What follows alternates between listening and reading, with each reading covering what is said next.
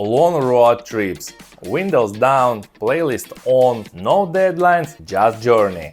But for some people, that dream trip ends in tears. Not because of a flat tire, not engine trouble, but because someone smashed their window and stole everything. I constantly see heartbreaking videos of people crying, regretting everything. Passport, tablets gone, wallets gone. All it takes is a moment at a rest stop. It happens on the road of France, Italy, Spain, and it can happen to anyone. And the worst part, tourists make the perfect target. That's why today I'm exposing the #1 hidden danger on the roads. And a few others critical you really need to know. Most importantly, I will show you how to protect yourself and your family. This video could save your vacation and maybe more. Stick with me. Let's start with the danger that most people ignore: theft from your car while traveling. When you go sightseeing or even just stop for food, anything left visible in your car can attract attention. And these guys work fast. Smash, grab,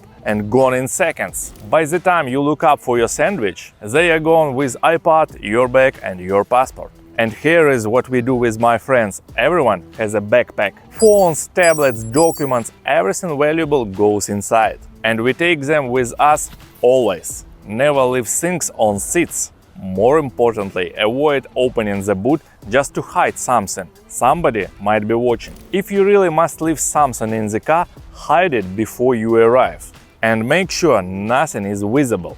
This one habit can save you an entire trip. Now let's talk about danger that sneaks up on you: driver fatigue. It's more common than people think and far more dangerous. You feel just a bit tired, you push on, but your brain slows down. You missed a sign, react too late, or worse, you drift into another lane, especially after sightseeing all day or leaving too early. Your brain just can't process information as quickly. My advice: every 2 hours, take a 15-20 minutes to break. Get out, stretch, it's useful for your body, and grab a coffee. If you are really tired, stop and take a nap. Share the driving if you can. It's not about speed, it's about getting there safely. Don't gamble with fatigue. Danger #3: other drivers' aggression and distraction. Here is something you can't control, but you have to deal with: other drivers. Summer roads bring out the best and worst behind the wheel. Tailgating, cutting off, sudden lane changes, and scrolling on the phone. Their mistake can become your accident in a second.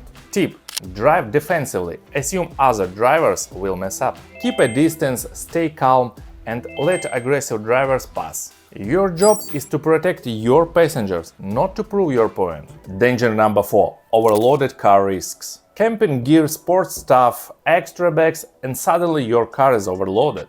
And that changes everything. Braking takes longer. The car handles worse, especially in curves. Tires under more pressure than they should be. Most drivers don't even check the weight in the manual, but it is there for a reason. My tip: spread the weight evenly. If you are using a roof rack, secure it well and check the max payload in your owner's manual.